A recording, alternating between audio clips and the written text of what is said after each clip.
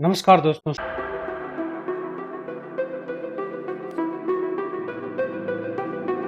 आज हम बात करेंगे ट्रेंड लाइन के बारे में। ट्रेंड लाइन क्या होती है? ट्रेंड लाइन को किस तरीके से ड्रॉ किया जा सकता है? ट्रेंड लाइन को सपोर्ट एंड रेजिस्टेंस के तौर पर किस तरीके से प्रयोग किया जा सकता है? ट्रेंड लाइन और हॉरिजॉन्टल लाइन में क्या अंतर होता है?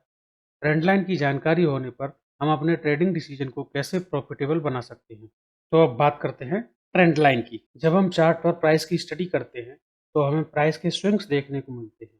फिर चाहे हम कोई भी टाइम फ्रेम में प्राइस का एनालिसिस कर रहे हो, जैसे मंथली चार्ट पर हो या वीकली चार्ट पर हो या डेली चार्ट पर हो या उससे छोटा टाइम फ्रेम हो, जब प्राइस में बने हुए स्विंग हाई या स्विंग लो एक बराबर लेवल पर होते हैं तो उस केस में जब उन दोनों स्विंग्स को एक लाइन के जरिए मिलाते हुए दिखाएं तो यह एक हॉरिजॉन्टल लाइन बनती है। जब यह स्विंग हाई या स्विंग लो एक बराबर लेवल पर न बनते हुए पहले वाले स्विंग हाई या पहले वाले स्विंग लो से ऊपर या नीचे की तरफ बनते हैं, तब हम इन्हें एक हॉरिजॉन्टल लाइन में नहीं दिखा सकते हैं। अगर हम इन कंटिन्यूअस दो लो को या फिर कंटिन्यूअस दो हाई को एक लाइन में मिलाते हुए दिखाना चाहेंगे तो यह लाइन एक एंगल पर बनती हुई दिखाई देगी। इस प्रकार से बनी हुई लाइन को हम ट्रेंड लाइन कहते हैं। कई टेक्निकल एक्सपर्ट हॉरिजॉन्टल लाइन को हॉरिजॉन्टल ट्रेंड लाइन बोलते हैं और एंगल पर बनी हुई लाइन को एंगुलर ट्रेंड लाइन बोलते हैं।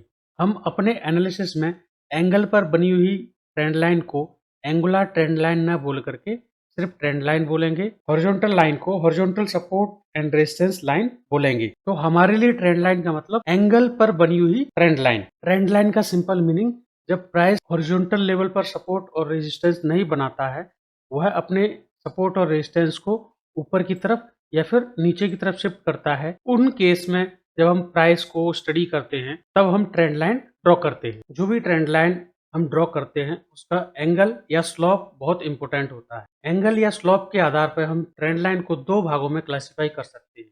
जैसे कि इस चार्ट पर अभी हम इस ट्रेंड लाइन को देख रहे हैं तो यह ट्रेंड लाइन नीचे से ऊपर की तरफ ड्रॉ होती हुई दिखाई दे रही है, और इसी चार्ट पर ये जो दूसरी ट्रेंड लाइन हम देख रहे हैं वह ऊपर से नीचे की तरफ ड्रॉ होती हुई दिखाई दे रही है। इस स्लोप के आधार पर हम ट्रेंड लाइन को दो तरीके से क्लासिफिकेशन कर सकते हैं। पहली है अप स्लोपिंग ट्रेंड लाइन और दूसरी है डाउन स्लोपिंग ट्रेंड लाइन। इस अप स्लोपिंग ट्रेंड लाइन को हम असेंडिंग ट्रेंड लाइन भी बोलते हैं और इस डाउन स्लोपिंग ट्रेंड लाइन को हम डिसेंडिंग ट्रेंड लाइन भी बोलते हैं। अब हम देखते हैं कि हम ट्रेंड लाइन को किस तरीके से आसानी से ड्रॉ कर सकते हैं। ट्रेंड लाइन को ड्रॉ करने के लिए हमें स्विंग हाई स्विंग लो के साथ साथ higher high higher low, lower high lower low के बारे में जानकारी होना बहुत जरूरी है। इनके बारे में हम पहले वीडियोज में बात कर चुके हैं। इस प्राइस चार्ट को ध्यान से देखने पर हमें यह देखने को मिल रहा है कि प्राइस नए स्विंग लो या स्विंग हाई अपने पहले वाले स्विंग लो या हाई के हॉरिजॉन्टल लेवल पर नहीं बना रहा है। अगर ये स्विंग हाई या स्विंग लो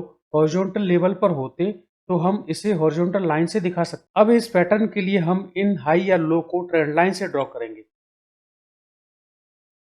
सबसे पहले हम देखते हैं असेंडिंग ट्रेंड लाइन को ड्रॉ करना, यानी कि अप स्लोपिंग ट्रेंड लाइन को ड्रॉ करना। असेंडिंग ट्रेंड लाइन को ड्रॉ करने के लिए हमें एक सिंपल सा कंसेप्ट याद रखना होगा। जब प्राइस अपनी हॉरिजॉन्टल बाउंड्री को ब्रेक कर देता है और जो नए हाई हैं उन्हें ऊपर की तरफ शिफ्ट कर देता है और जो नए लो हैं उन्हें ऊपर की तरफ शिफ्ट कर देता है, तब हम एक असेंडिंग ट्रेंड लाइन ड्रॉ कर सकते हैं। यहाँ हमने इस शेयर चार्ट की हॉरिजॉन्टल बाउंड्री को कैप्चर करने की कोशिश की। बाउंड्री को कैप्चर करने के बाद हम ये देख पा रहे हैं कि इसके जो लो हैं वो ऊपर की तरफ धीरे धीरे शिफ्ट होना शुरू हो गए हैं। जब इसने ये पहला लो बनाया उसके बाद जब ये अगला लो बनाने आया, यह जो अगला लो था वह इस पहले वाले लो से हायर साइड में था। हायर लो पैटर्न इसने बनाया। जब प्राइस यहाँ से मूव करता हुआ ऊपर की तरफ गया, ऊपर जाने के बाद इसने फिर पुल बैक लिया और एक लो क्रिएट करके अपने पहले वाले हाई को, यानी कि इस हाई को ब्रेक कर दिया। हम इसको एक लो कंसीडर करते हुए इन दोनों पॉइंट को मिलाकर के एक ट्रेंड लाइन ड्रॉ कर देते हैं। ड्रॉ करने के बाद हम आगे वेट करेंगे कि यह प्राइस इस ट्रेंड लाइन को रेस्पेक्ट करेगा या नहीं करेगा। तो यहाँ से जब ये प्राइस रिवर्सल लेना शुरू हुआ तो रिवर्सल लेने के बाद इसने इस ट्रेंड लाइन को रेस्पेक्ट नहीं किया, तो हमारे लिए यह जो ट्रेंड लाइन हमने ड्रॉ की थी वह इनवैलिड हो गई।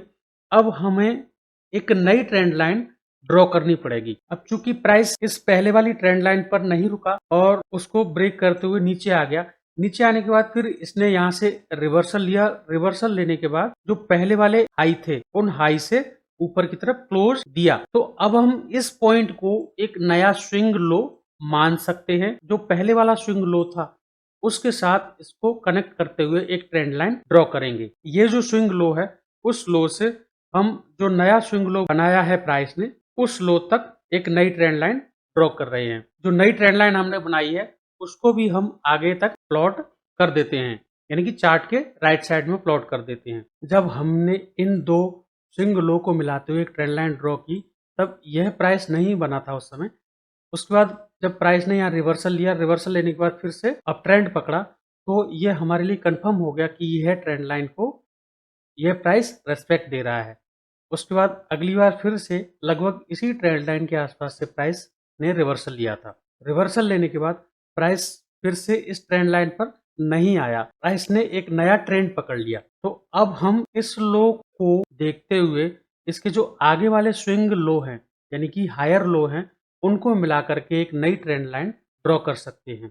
इस तरीके से हम प्राइस के जो हायर लो हैं उनको मिलाते हुए अप स्लोपिंग या असेंडिंग ट्रेंड लाइन ड्रॉ कर सकते हैं। पहले ट्रेंड लाइन के लिए कम से कम 2 स्विंग लो होने चाहिए जो कि हायर लो पैटर्न में होने चाहिए। अब इस ट्रेंड लाइन को हम राइट साइड में एक्सटेंड कर सकते हैं। अब फ्यूचर में ये जो असेंडिंग ट्रेंड लाइन्स हैं वो एक सपोर्ट के तौर पर इस्तेमाल की जा सकती है। अब हम देखते हैं कि डिसेंडिंग ट्रेंड लाइन या डाउन स्लोपिंग ट्रेंड लाइन को किस तरीके से ड्रॉ किया जा सकता है। जब प्राइस लोअर हाई पैटर्न बनाना शुरू करता है तो उस केस में हम डिसेंडिंग ट्रेंड लाइन या down sloping trend line draw कर सकते हैं। इस केस में यहाँ एक स्विंग हाई हमें दिखाई दे रहा है, उसके बाद प्राइस नीचे की तरफ चलता हुआ आया और एक नया स्विंग हाई इसने क्रिएट किया पुल बैक लेने के बाद। लेकिन यह जो स्विंग हाई था वो पहले वाले हाई से नीचे की तरफ था। तो जब हम 2 स्विंग लोअर हाई को देखते हैं तो उस जगह पर हम एक डाउन स्लोपिंग या डिसेंडिंग ट्रेंड लाइन ड्रॉ कर सकते हैं। इन दोनों पॉइंट्स को मिला करके हमने एक डिसेंडिंग ट्रेंड लाइन ड्रॉ की। इस ट्रेंड लाइन को हम आगे की तरफ यानी कि राइट साइड में एक्सटेंड कर देते हैं। एक्सटेंड करने के बाद हम देखते हैं कि प्राइस ने यहाँ पर इस ट्रेंड लाइन को रेस्पेक्ट करने की कोशिश करने के बाद ये प्राइस नीचे की तरफ आया और यहाँ इसने इस ट्रेंड लाइन को ब्रेक कर दिया। ब्रेक करने के बाद ये प्राइस ऊपर की तरफ गया। अब हम यहाँ कह सकते हैं कि हो सकता है HDFC लाइफ का जो शेयर है उसका ट्रेंड चेंज हो जाए। उसके लिए हमें दूसरी चीजें भी यहाँ देखनी पड़ेंगी। इस प्रकार से हम किसी भी चार्ट में डिसेंडिंग या डाउन स्लोपिंग ट्रेंड लाइन को ड्रॉ कर सकते हैं। डाउन स्लोपिंग ट्रेंड लाइन के लिए कम से कम 2 लोअर हाई हमें मिलने चाहिए और अप स्लोपिंग ट्रेंड लाइन के लिए कम से कम 2 हायर लो हमें मिलने चाहिए। अब हम ये देखते हैं कि ट्रेंड लाइन को सपोर्ट एंड रेजिस्टेंस के तौर पर किस तरीके से प्रयोग किया जा सकता है। जैसा कि हमने कोल इंडिया के चार्ट में ये ट्रेंड लाइन ड्रॉ करके रखी हुई है। जब हमने इन दोनों स्विंग लो को मिला करके यह ट्रेंड लाइन ड्रॉ की थी तो हम ये एक्सपेक्ट कर रहे थे कि जब प्राइस रिवर्सल लेकर के आएगा तो हो सकता है यहाँ सपोर्ट ले, लेकिन इसने सपोर्ट नहीं लिया और एक नए लो को क्रिएट कर दिया। अब इस लो के बाद जब इसने अपने हाई को काटा या हाई को ब्रीच किया तो उसके बाद हमने इन दोनों स्विंग लो को कंसीडर करते हुए एक नई ट्रेंड लाइन ड्रॉ कर दी। अब इन दोनों पॉइंट को कंसीडर करते हुए जब ट्रेंड लाइन ड्रॉ की तो वो भविष्य में एक तरीके से सपोर्ट का काम यहाँ कोल इंडिया के प्राइस चार्ट के साथ कर रही है और हो सकता है कि कभी प्राइस रिवर्सल लेकर के नीचे आए तो उस समय भी यह जो ट्रेंड लाइन है वह एक तरीके से सपोर्ट का काम करे। इसी तरीके से अगर हम डाउन स्लोपिंग ट्रेंड लाइन को रेजिस्टेंस के तौर पर देखना चाहें तो इसका सबसे बेस्ट एग्जांपल था टाटा मोटर का चार्ट। तो यह जो टाटा मोटर का चार्ट है इसने 2016 के आसपास एक हाई लगाया। हाई लगाने के बाद अपना जो हाई है उसको ब्रीच नहीं किया। जो नया स्विंग हाई लगाया था इसने वह अपने पहले वाले हाई से नीचे था।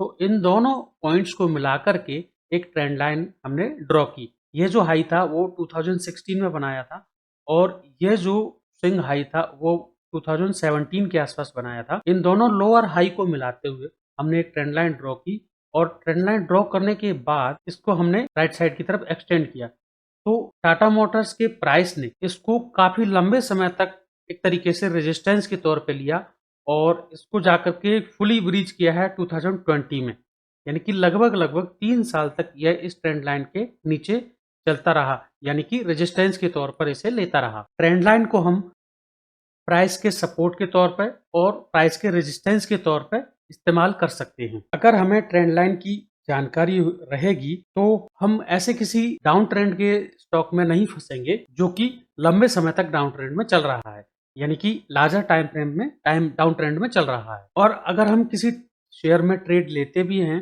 तो हम ये पहले से जानते हैं कि इस जगह पर ये ट्रेंड लाइन का रेजिस्टेंस आ सकता है या ट्रेंड लाइन इस जगह पर एक रेजिस्टेंस के तौर पर प्राइस के लिए एक्ट कर सकती है। जैसा कि हम यहाँ इस पॉइंट पे देख पा रहे हैं, काफी लंबे समय बाद प्राइस ऊपर की तरफ जाने की कोशिश कर रहा था लेकिन इससे ऊपर नहीं जा पा रहा था।